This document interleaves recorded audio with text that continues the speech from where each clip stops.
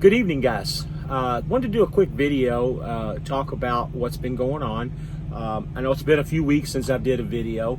Not going to address any of the stupid comments that people have put up about me jumping ship. Yes, I have jumped ship again. I will continue to jump ship if needed, because honestly, that's my prerogative. And with being an independent guy, I have bills to pay just like everybody else does. I don't know why people want to make comments. You should just stuck it out. You should did. You know what? Shoulda, shoulda, woulda, coulda. You got to go where the money is. I've always said it's about the money. You're a professional. You're kind of like a professional athlete, but you're a professional driver. You got to go where the money is. If the money's not there and it doesn't last, then you need to move on. Well, anyways, I'm not going to address all those stupid comments. That's it's just childish stuff people want to troll. Again, when I started this channel, it was about to help other guys. I didn't start this channel to make money. I didn't start this channel to take all the negative comments. I started it to help other guys out that wanted to get into somewhat of the same situation that I'm in. But anyway, that's besides the point. I jumped ship. I left Schneider. Wasn't making what I thought I was going to be making. It was kind of a planned thing from the very beginning of me getting the SFI truck. Schneider at the time had a great sign-on bonus. I went with that sign-on bonus. It basically paid my deposit for my truck, and that's the reason I did it. I planned it all along. I just didn't know what the ultimate destination was. But I went to JB Hunt. I had a friend that was over here. We compared paycheck stubs, and when a guy's making, more money than you are, and when I say more money, I'm not talking just a couple $100 here or there. I'm talking a couple $1,000 here or there. When that's the case, excuse me, when that's the case, you really got to think about your options. And I'd already, like I said, I'd already planned this 3 months prior with first getting the truck. I knew I wasn't going to stay at Schneider. That wasn't my purpose. Now, if Schneider would have, been good, I probably would have stayed, because Schneider's a great company. I had no issues with anybody at Schneider. The people treated me great. They didn't bother me. Some of their safety stuff was a little crazy with the cameras, and they would call and ask you about certain incidents and stuff. Granted, I only had one or two of those instances, but still, they're really overkill on their safety. They wouldn't talk to you on the phone if you were driving. If you were in yard move, like in a shipper or receiver, just cruising under 20, they wouldn't answer the phone. Sometimes you need them for a trailer number or something. You'd call them and they wouldn't answer, and they'd have to call you. Anyway, it's besides the point. They're really big on their safety, and and again, that works for them. It didn't work for me. When I call a company and I need something, I'm pretty impatient. I don't like waiting. I don't like waiting, 10 minutes, 30 minutes, 40 minutes, however long it takes them to call you back on stuff, when you got to put yourself off duty. So that was kind of a pet peeve of mine with Schneider. But other than that, I didn't really have any problems with Schneider. But JB Hunt, so far, the 3 weeks that I've been here, everything's been consecutive. It's been exactly what my friend has told me. If I had any complaint about JB Hunt, it's just sometimes your loads take a while to get confirmed. And right now I'm waiting on the load to get confirmed to send me home this weekend to Orlando.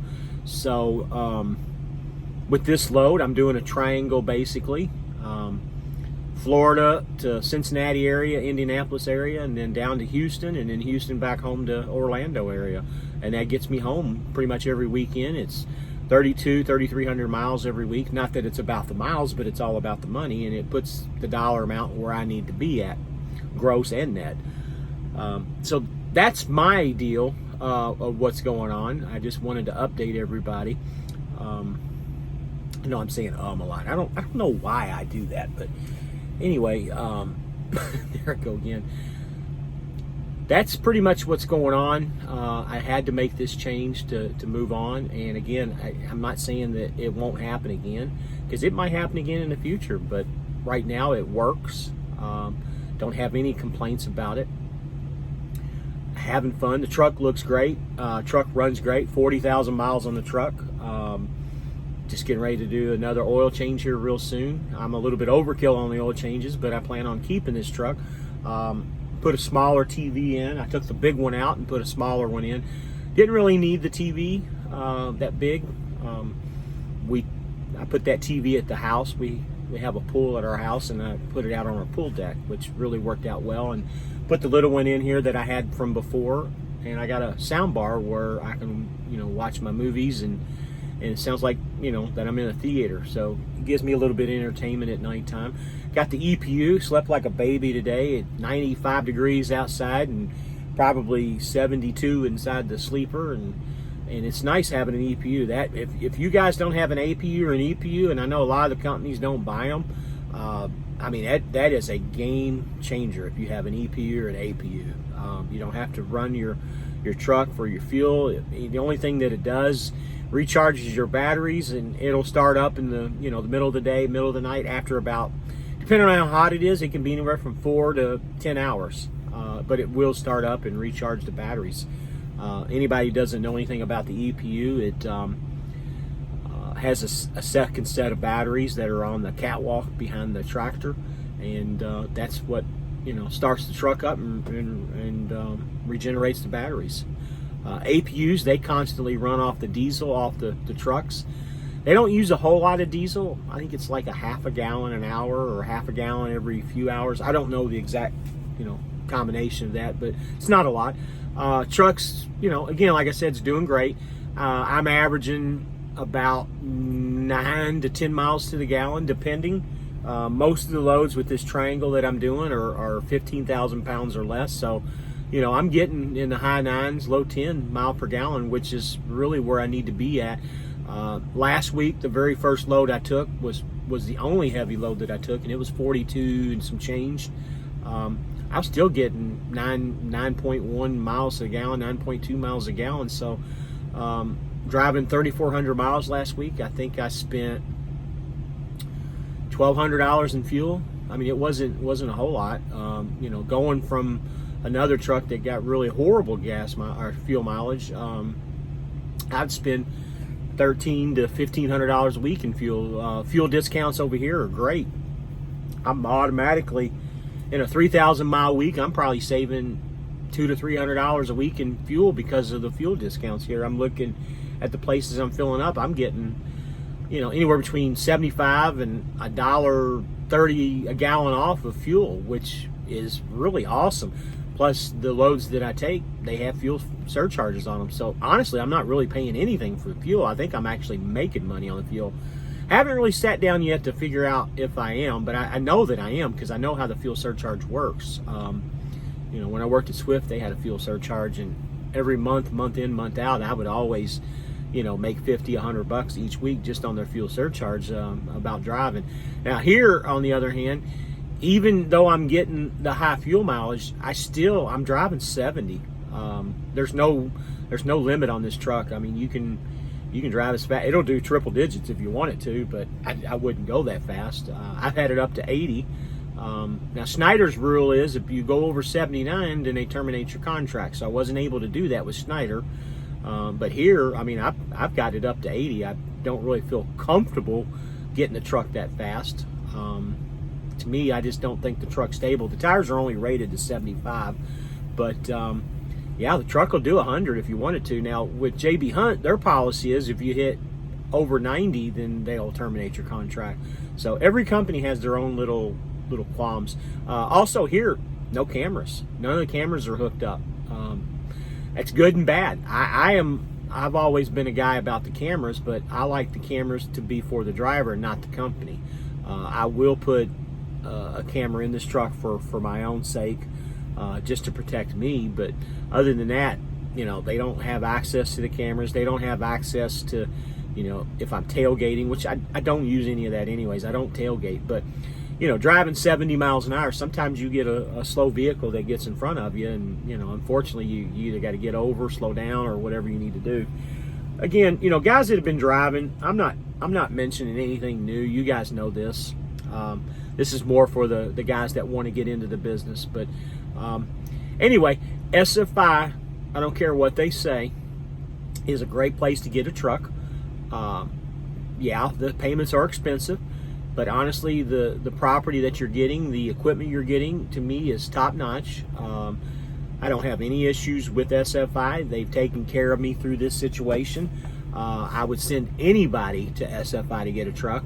But again, you know, the truck payments are high, but you know what? You got to spend money to make money. That's one of the things that my father always taught me years ago. If you want to run a business, you got to spend the money to make the money. And that was one of my business decisions.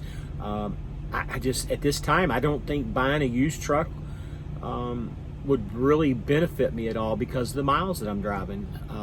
Right now, this new truck under warranty is, to me, in my opinion, is the way to go. A lot of guys would disagree, but again, that's just my opinion for what I do. Anyway, SFI is a great place. I've got a great contact there. I will put his information in the menu bar down at the bottom for anybody that wants to contact him. Just tell him I sent you over. And again, I'm not here to make money, but it would be nice to get, you know, an attaboy or a credit if you do call him. But if you don't, that's fine too. Just, you know, call him, see what the terms are, see if it works for you. Usually you got to put a little bit of a down payment down. Now the down payment is more of a security deposit than it is a down payment. And the down payment depends on what company you decide to go to. If you decide to go to JB Hunt, honestly, I don't know what the down payment is. It was $2,500 for me, go to Schneider. When I came to JB Hunt, they charged me a $500 transfer fee, and that was it.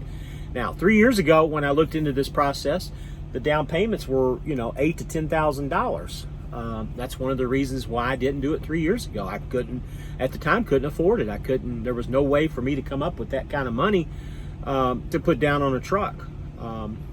Now that the down payments are down, obviously the truck market's down, it was a little bit more affordable. I made the decision and jumped on it. I think I've talked about this in the past, but I'm just kind of going over stuff again. The SFI process was easy. You give them a call. It takes about 24 hours. They approve you or don't approve you. The only reasons they wouldn't approve you is for, you know, back child support, bankruptcy, or foreclosure are the only three things that they look at. They say they don't really look at your credit, but they do pull your credit to see how your payments and stuff are.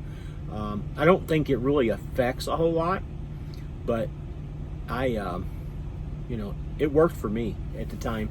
And not that I'm, you know, behind on anything or anything like that, but nobody really has the best of credit anymore. It's just the way the economy is. You know, if I had great credit, I would go to the dealership and buy my own truck. But the terms were right. Do I think they're fair?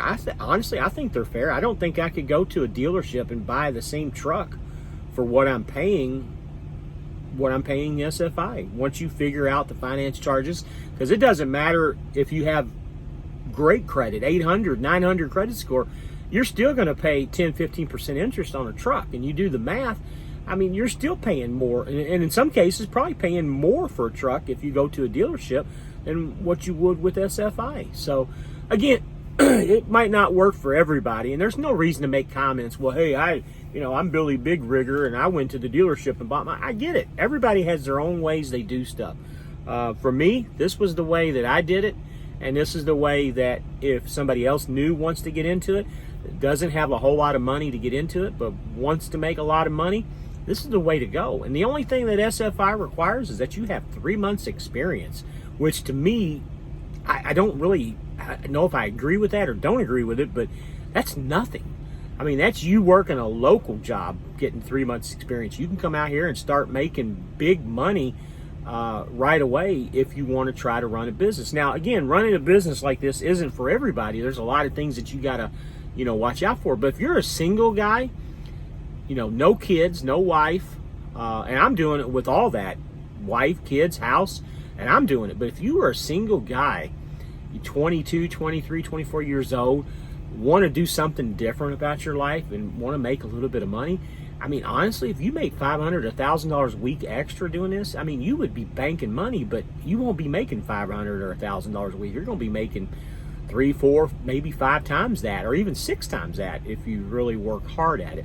If I had the chance to do this over again, I think at 22, 23 years old, I would have did this years ago, and I would have been a multi-millionaire by now doing this. And really, 5-10 years of doing this as a single guy, you could really bank some money and knock it out of the park. But anyway, that's my small rant. JB Hunt's a great company. I'll leave contact information about who you can contact at JB Hunt if you decide you want to come over here. Once again, please, give me kudos when you call these people. There is a small bonus with both of them. And please call me, let me know, or email me, let me know that you made the decision. And if you need help, I'll help you through the process. Either way, and once you get here too, I'll give you the the help as much as I can, just like my friend has given me. I don't know everything yet, but I'm learning as I go along. Yes, I jump ship. I'm a diva, just like one of the comments. The guy said I was a diva. Well, you know what? If I'm a diva, then I'm a diva. But you know what? My family's going to be taken care of first. And, I have a house. I got a mortgage, got a wife, a daughter. My son's grown. But, again, got to pay bills. You got to do it somehow. This is the way that I found to pay those bills. Anyway, guys, don't hesitate to email me. Drop a phone number in. I'll call you. Let me know what hours to call you. I'll be more than happy to help anybody out. Anyway, have a good night, guys. I'll talk to you all later, and I'll try to put out more videos on a regular basis. I know I keep saying that, but this is very busy. Very, very busy time for me, even in a bad market. I'm very, very grateful. Have a good night, guys.